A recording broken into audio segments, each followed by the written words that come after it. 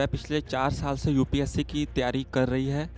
वो कई बार कह चुकी है कि जब से ही मैं तैयारी कर रही हूँ, तब से ही मेरा किसी काम में मन नहीं लग रहा, मैं परेशान रह रही हूँ। पर उन 10 लोगों का झुंझुना बजा बजा के, उनके पोस्टर लगा करके, उनके वीडियो बना बना करके ऐसा दिखाया जाता है जैसे कितनी प्रॉफिटेबल बात है। लोग आते कहते 2 अटेम्प्ट में तो पेपर का फॉर्मेट पता चलता है। मैं फिर बोल रहा हूँ, आप 20 अटेम्प्ट अलाउ कर लीजिए, लोग 25 साल तक बैठे रहेंगे तैयारी करते हुए। मौज इसमें पॉलिटिशियंस की आ रही है, ब्यूरोक्रेट्स की आ रही है और कोचिंग सेंटर्स की आ रही है। क्या क्या नहीं कर सकते थे जवान लोग।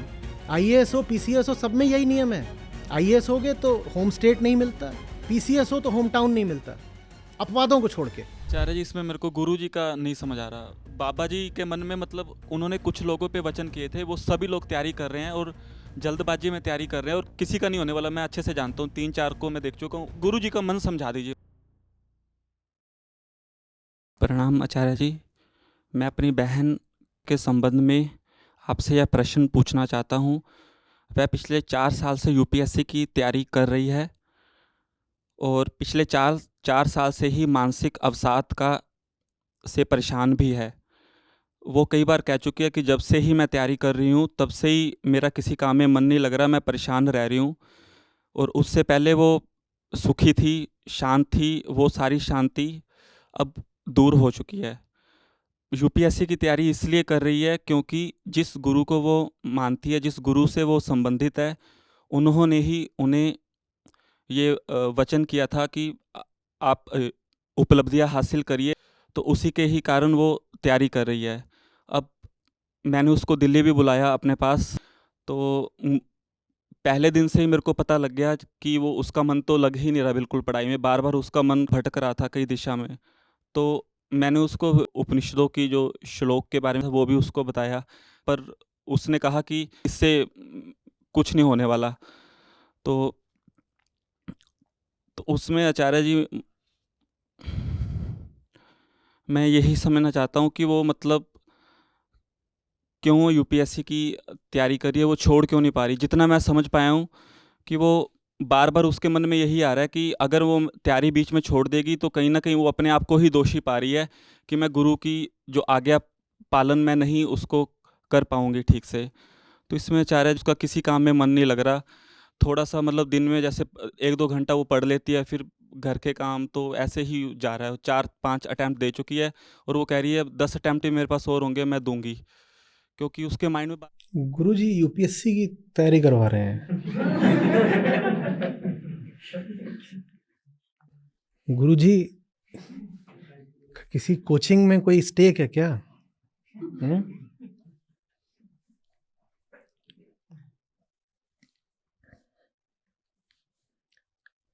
इसमें इतना क्या ताज्जुब की बात है कि क्यों कर रही है? क्योंकि हम अपने तो होते नहीं, हम तो माहौल के होते हैं। आप माहौल बना दोगे, सरकारी नौकरी, पावर, सिक्योरिटी, ग्लैमर, चारों तरफ से वही चीज़ बरसने लगेगी, तो हर लड़के लड़की को लगता है कि मुझे भी वही मिल जाए, इसमें कुछ इतने अचंभे की क्या बात है। उसको इतना ग्लैमराइज कर दोगे हर तरफ से, उस पर फिल्में बन रही हैं, तो क्या होगा? कुछ हमारी शिक्षा व्यवस्था का दोष है। जो ग्रेजुएट्स निकल रहे हैं वो एम्प्लॉयबल नहीं होते। यहाँ तक कि जो इंजीनियर्स ही, बहन ने क्या करा है ग्रेजुएशन में? बीटेक। तो ठीक है, तो नासकाम की रिपोर्ट है, वो पहले भी आई थी, बाद में भी आती रहती हैं। तो नासकॉम की रिपोर्ट बोलती है कि 10-20% इंजीनियर्स भी एम्प्लॉयबल नहीं होते। 10-20% भी, तो उनको नौकरियां मिलती नहीं हैं, और अगर मिलती हैं तो बहुत कम पैसे की मिलती हैं, उतने ही पैसे की मिलती हैं जितनी उनकी योग्यता है। योग्यता है नहीं, एम्प्लॉयबिलिटी उनकी है नहीं, क्योंकि जो पूरा करिकुलम रहा है वो इस लायक रहा ही नहीं है कि वो पढ़ करके 4 साल बीटेक करके किसी इंडस्ट्री में कोई सार्थक, यूज़फुल, प्रोडक्टिव काम कर सके। तो कोई किस बात के पैसे देगा? कोई किस बात के पैसे देगा? इसको लोग बोल देते हैं कि एक्सप्लॉइटेशन होता है प्राइवेट सेक्टर में। प्राइवेट सेक्टर आपको उतना ही दे रहा है जितना आपकी योग्यता है। एक्सप्लॉइटेशन अगर किया है तो एकेडमिक्स ने करा है, आपके कॉलेज और यूनिवर्सिटी ने करा है, उन्होंने करा है एक्सप्लॉइटेशन। उन्होंने 4 साल में आपको इस लायक नहीं बनाया कि इंडस्ट्री आपको पैसे दे। और इंडस्ट्री तो देखिए प्रॉफिट ओरिएंटेड है। आप अगर वहाँ पर 100 का काम करोगे, उनको 100 का मुनाफा दोगे, तो वो 100 में से 10-20 आपको दे देंगे। वहाँ तो सीधी सी बात ये है, वहाँ पर कोई भंडारा तो लगा नहीं हुआ है। समझ में आ रही है बात ये? अभी देखा है ना कितने इंजीनियरिंग कॉलेजेस बंद हुए हैं पिछले 5-10 सालों में, वो बंद ही होते जा रहे हैं लगातार। एडमिशन उनको मिलते नहीं है, तमाम तरीके के फ्रॉड कर करके वो किसी तरह अपनी सीटें भरते हैं। और ये सब पब्लिक में है, अखबारों में आए दिन छपता रहता है, पढ़ लीजिएगा।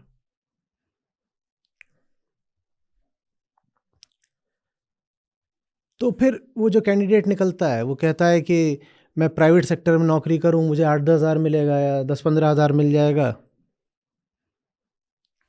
आता जाता मुझे कुछ है नहीं। बेइज्जती और होती है।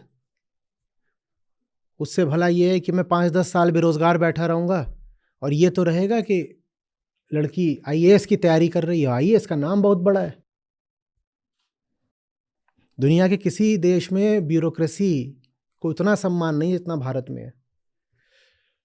ये कॉलोनियल हैंगओवर है और ये प्राइवेट सेक्टर की विफलता का सूचक है। प्राइवेट सेक्टर में अच्छी नौकरियां होती तो इतने करोड़ों लोग सरकारी नौकरियों की ओर नहीं भाग रहे होते। और मज़ेदार बात यह है कि प्राइवेट सेक्टर को पनपने भी इसीलिए नहीं दिया जाता ब्यूरोक्रेसी के द्वारा, क्योंकि प्राइवेट सेक्टर अगर पनप गया तो ब्यूरोक्रेसी की इज्जत कम हो जाएगी। मेरा बैच था, 99 की बात कर रहा हूँ, आईआईटी दिल्ली का बैच। तो 90 के पूरे दशक में यूपीएससी की टॉप 50 रैंक्स में कुछ नहीं तो 10 से 20-25 आईआईटीएन रहते होंगे। इससे ज़्यादा होते हो तो होते हो, 10 से कम तो कभी ना हो। टॉप 10 में ही 3-4-5 आईआईटीएन होते थे। कुछ एक साल तो ऐसे गए हैं कि टॉप 5 रैंक में से 3 या 4 आईआईटी वाले। ये सब 90 के दशक में चलता रहता था। लेकिन 90 का दशक खत्म होते होते 99 का मेरा दशक आया जब, तो पहली बात तो हमारे कैंपस से बहुत कम लोगों ने यूपीएससी का फॉर्म भरा और कुल 2 लोगों का उसमें सिलेक्शन हुआ था, जिसमें एक मैं था।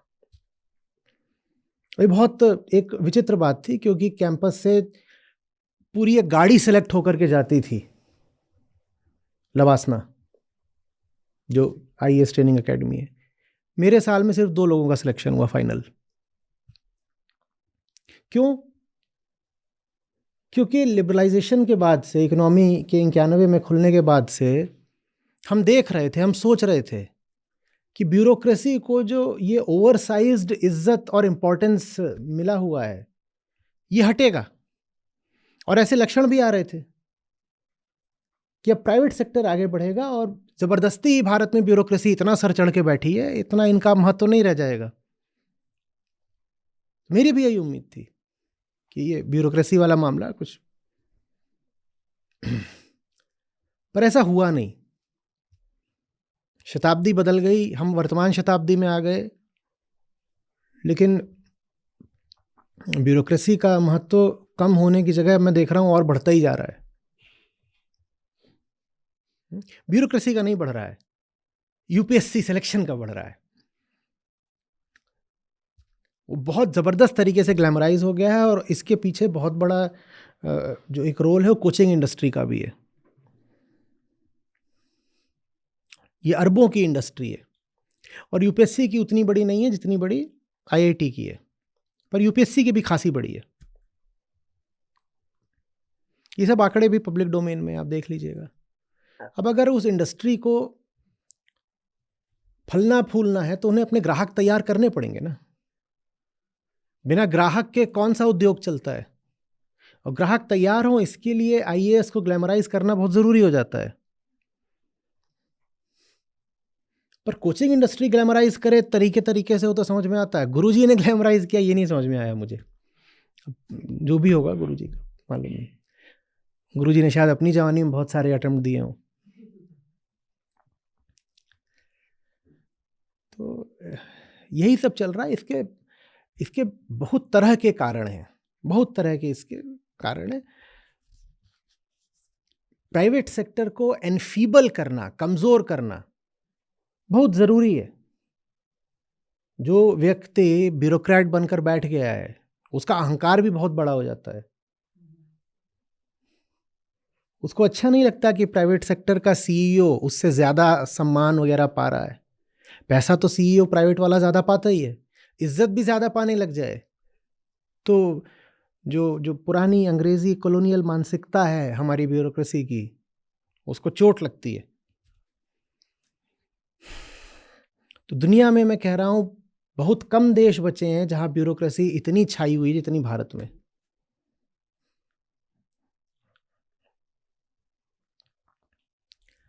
बात समझ में आ रही है?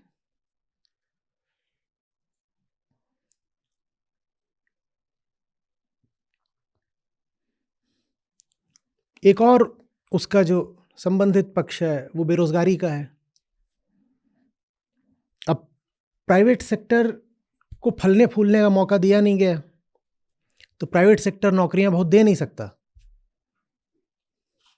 उसके पास गुंजाइश ही नहीं है कि बहुत नौकरियां दे पाए। वो देना चाहे भी तो मैंने कहा एम्प्लॉयबिलिटी की समस्या है। बहुत बार ऐसा होता है कि वैकेंसीज होती हैं प्राइवेट में, पर उन वैकेंसीज को भरने लायक लड़के लड़कियां नहीं मिलते। ठीक वैसे जैसे सरकार के पास भी वैकेंसीज हैं, आर्मी में हैं, एयरफोर्स में हैं, पर वो पद खाली पड़े हैं क्योंकि इस लायक लड़के लड़कियां नहीं हैं कि उन वैकेंसीज को भरा जा सके। तो बेरोजगारी। अब अगर वो लड़का बेरोजगार बैठा रहेगा 10 साल, मान लो 22 की उम्र से 32 की उम्र तक, तो वो दंगे कर देगा, वो बहुत फसाद मचाएगा। इससे अच्छा ये है कि उसको एक झुंझुना दे दो जो वो 10 साल तक बजाता रहे कि मैं 10 साल तक अब यूपीएससी का झुंझुना बजा रहा हूं, मैं तो तैयारी कर रहा हूं। इससे उसको थोड़ी इज्जत मिल जाती है। इससे उसको ये बोलने से राहत मिल जाती है कि मैं बेरोजगार हूं। वो फिर ये नहीं बोलता मैं बेरोजगार हूं, वो बोलता है मैं यूपीएससी का स्टूडेंट हूं। यूपीएससी को यूनिवर्सिटी है जिसके तुम स्टूडेंट हो। सीधे क्यों नहीं बोलते कि अनएम्प्लॉयड हो?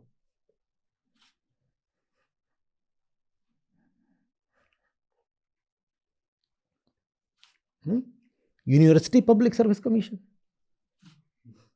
यूपीएससी। स्टूडेंट क्या होता है? तुम एप्लीकेंट हो भाई। पर खूब सुनते हो ना, अब मैं यूपीएससी का स्टूडेंट हूं। बात क्या है? बस ये कि बेरोजगार हो। लेकिन अगर ये स्वीकार कर लोगे बेरोजगार हो तो अहंकार को ठेस लगेगी और कुछ सार्थक भी करना पड़ेगा। तो सरकार भी चाहती है कि सारी युवा शक्ति बस सरकारी नौकरी की कोशिश में लगी रहे। नहीं तो इतने अटेम्प्ट्स अलाउड ही नहीं होते। सरकार ने क्यों इतने अटेम्प्ट्स अलाउ कर रखे हैं? इसीलिए ताकि आप अपने 5-10 साल आराम से वहां प्रिपरेशन में लगा दो। नहीं तो 2 अटेम्प्ट अलाउ होने चाहिए बस। भाई आप तैयारी अटेम्प्ट से पहले करेंगे, अटेम्प्ट देते हुए थोड़ी तैयारी करोगे। जो तैयारी करनी है पहले करके रखो, फिर अटेम्प्ट दो। 2 अटेम्प्ट पर्याप्त होने चाहिए। पर सरकार 5-10 और पता नहीं कितने कितने अटेम्प्ट अलाउड है। डिपेंड करता है कि आप किस वर्ग से आ रहे हैं। सरकार के लिए भी अच्छा है। नहीं तो ये लड़के सब सड़कों पे निकल आएंगे, रोजगार मांगेंगे। कहाँ है रोजगार?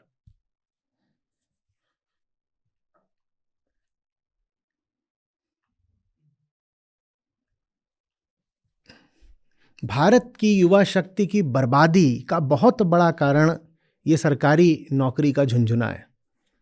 फिर लोग कहते हैं आप क्यों बोल रहे हो कि 5-10 अटेम्प्ट नहीं होने चाहिए? लीजिए मैं नाम बताता हूं। उमाशंकर दीक्षित, राजीव गुप्ता, मैं आपको 5 नाम बता रहा हूं। ऐसे 5 नाम कोई बता दिए जाते हैं। इन सब का एक का 5वें अटेम्प्ट में हुआ था, एक का 27वें अटेम्प्ट में हुआ था, एक ने 153 अटेम्प्ट दिए थे। इनका हुआ ना।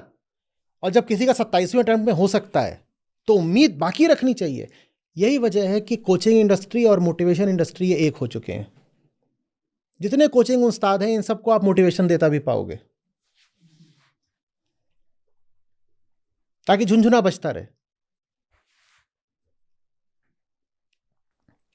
भाई किसी भी बात का, बेसिक एजुकेशन की बात है, बेसिक लॉजिक की बात है, किसी भी चीज की उपयोगिता या अनुपयोगिता का फैसला एग्रीगेट लेवल पर करा जाता है, इंडिविजुअल लेवल पर नहीं। मतलब नहीं समझ में आ रहा? बताता हूं। 10,000 लोगों ने कोई परीक्षा दी, 10,000 लोगों ने। मैं ये देखूंगा ना कि इन 10,000 लोगों को एवरेज बेनिफिट कितना हुआ, या मैं ये देखूं कि इन 10,000 में से 10 लोगों को बेनिफिट कितना हुआ। 10,000 लोग कोई काम कर रहे हैं, 10,000 लोग कोई काम कर रहे हैं। आप मुझसे पूछो कि काम अच्छा है कि बुरा, तो मैं कैसे बताऊं आपको? मैं एग्रीगेट लूंगा 10,000 लोगों का और फिर उसे एवरेज आउट करूंगा। ऐसे ही तो बताया जाएगा ना, ऐसे ही तो बताया जाएगा ना। तो 10,000 लोगों ने अगर परीक्षा दी, उसमें से 10 का चयन हुआ, तो उसमें एवरेज प्रॉफिटेबिलिटी कितनी है फिर? जीरो नहीं, निगेटिव है, क्योंकि श्रम समय तो सब 10,000 लोगों को लगा है, पर उन 10 लोगों का झुंझुना बजा बजा के, उनके पोस्टर लगा करके, उनके वीडियो बना बना करके ऐसा दिखाया जाता है जैसे कितनी प्रॉफिटेबल बात है। बेसिक स्टैटिस्टिक्स नहीं आती, मीडियन निकालना नहीं आता, वेटेड एवरेज निकालना नहीं आता। क्या समस्या है? बीटेक करे बैठे हो, यूपीएससी की तैयारी कर रहे हो, और प्रॉफिट और लॉस कैलकुलेट करना नहीं आता।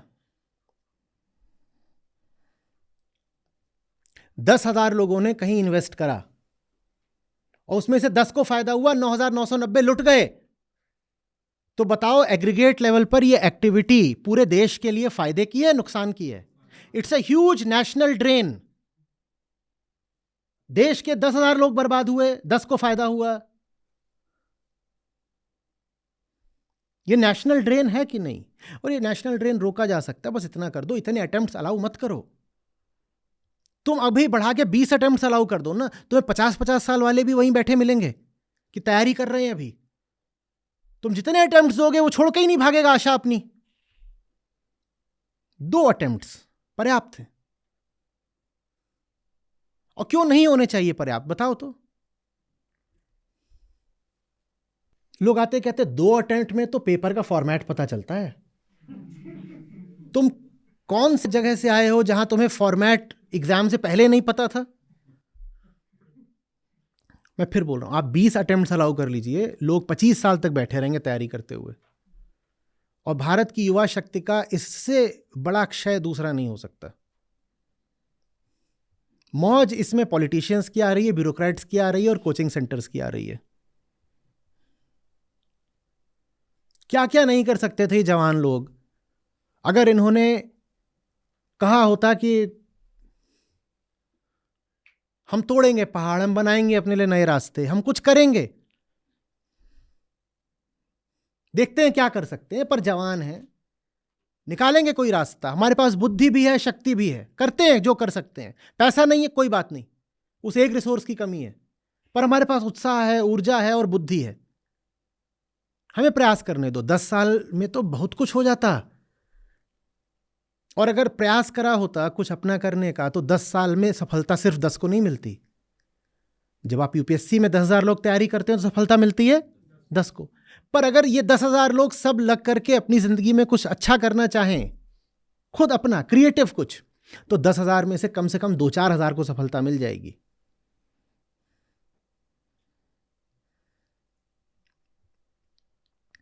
तो ऑन एन एग्रीगेट बताओ, ये सरकारी नौकरी का झुंझुना देश के लिए घातक है कि नहीं है?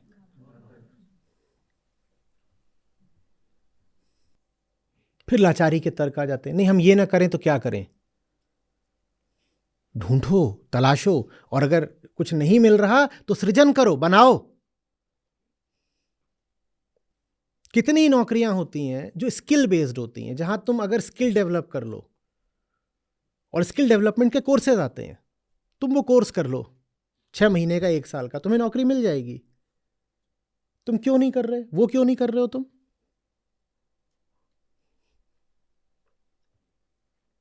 फिल्मी ख्वाब।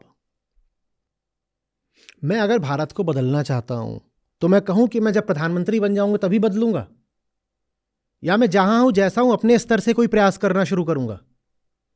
तो ये कौन सा तुक होता है कि मेरा जिला पिछड़ा हुआ है और मैं अपने जिले की हालत बदलना चाहता हूं, तो मैं आईएएस बन के आऊंगा तब अपने जिले की हालत बदलूंगा? ये कोई तर्क है? ये कोई तर्क है?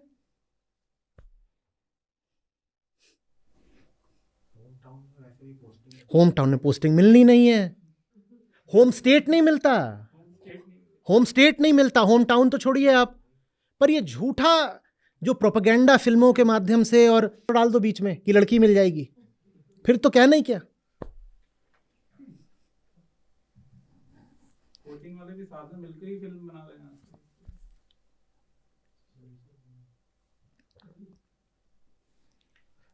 मैं तो वही पूछूंगा ना, उन्होंने बनाई तो बनाई, तुमने देखी क्यों?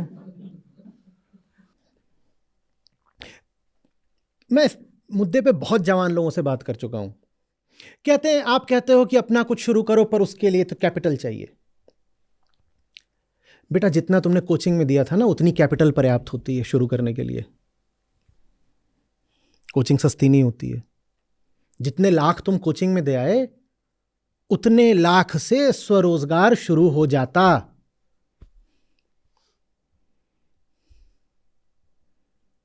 और थोड़ी शुरुआत करो तो फिर और लोग भी मिल जाते हैं जो पैसा लगाने को तैयार हो जाते हैं। अगर तुमने अपनी ओर से कुछ शुरुआत कर दी और दिखा रहे हो कि तुम्हारे विचार, आइडिया में दम है, तुम्हारे प्लान में दम है और तुम गंभीर हो अपने काम को लेकर के, तो लोग मिल जाते हैं जो फंडिंग कर देते हैं, पैसा लगा देते हैं, थोड़ी ज़्यादा, जिस भी तरीके की चाहिए हो। सब खुश हैं, सरकार खुश, ब्यूरोक्रेसी खुश, कोचिंग खुश, जो यूपीएससी के स्टूडेंट्स हैं उनके घर वाले खुश, लड़का कंपटीशन की तैयारी कर रहा है, सब खुश हैं। बस भारत की युवा शक्ति बर्बाद हो रही है, खुश सब हैं। ये कहां का तर्क है? सर्विस कौन सी मिलेगी ये नहीं पता होता। किसको पक्का भरोसा है कि टॉप 100 में ही रैंक आएगी? स्टेट कौन सा मिलेगा ये नहीं पता होता। पोस्टिंग क्या मिलेगी ये नहीं पता होता। और तर्क दे रहे हैं कि मैं अपने गांव की हालत ठीक करूंगा। और तुमको पोस्टल सर्विस मिल गई तो, तुमको ऑडिटेड अकाउंट सर्विस मिल गई तो, तुमको इंफॉर्मेशन सर्विस मिल गई तो, उससे तुम गांव का हालत का क्या उसका रिश्ता है? तुम्हें रेलवेज मिल गया, उस रेलवेज का तुम्हारे गांव से क्या रिश्ता है? तुम हो यूपी के रहने वाले, तुम्हें तेलंगाना मिल गया, तुम गांव कहां से अपना ठीक कर लोगे? लिखते भी है यूपीएससी, थोड़ी लिखते हैं, आईएएस लिखते हैं। जैसे वो आईएएस का एग्जाम हो। IAS is just one of the services भाई, वहां 2 दर्जन और भी हैं सर्विसेज। और मुझे नहीं मालूम अब आईएएस में कितनी सीट्स हैं, पर जब मैंने दिया था तो 25 सीट थी मुश्किल से जनरल कैटेगरी में। अब शायद 100 हो गई हैं। कितनी जनरल में किस रैंक तक मिल जाता है आईएएस? 70 वगैरह तक। ऐसे लिखते हैं जैसे कि जो लोग एग्जाम क्लियर करेंगे सबको आईएएस मिल जाएगा।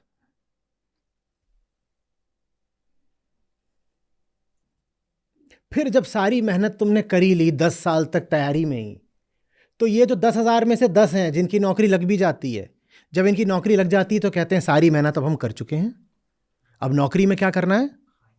आराम करना और खाना है।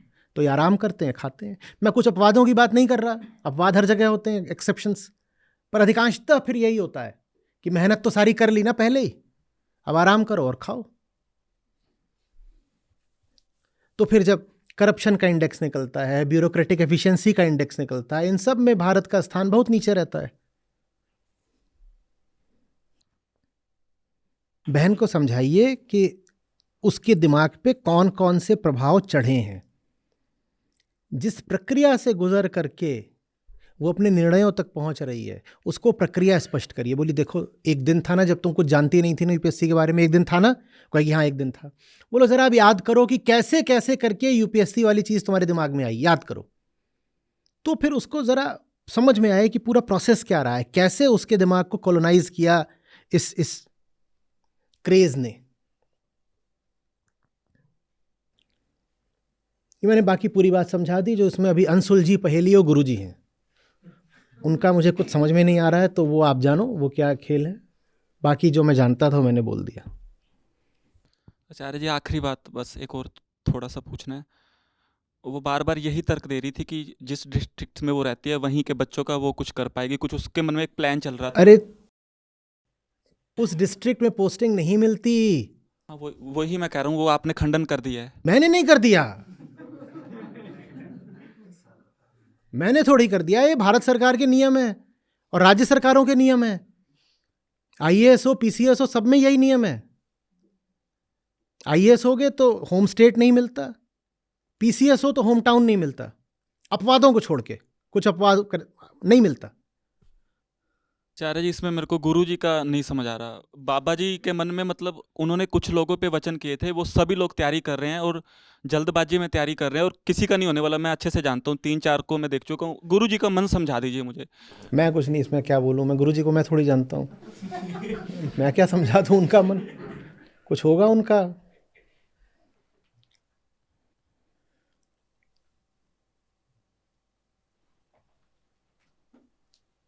तुम्हें भी तैयारी करनी है?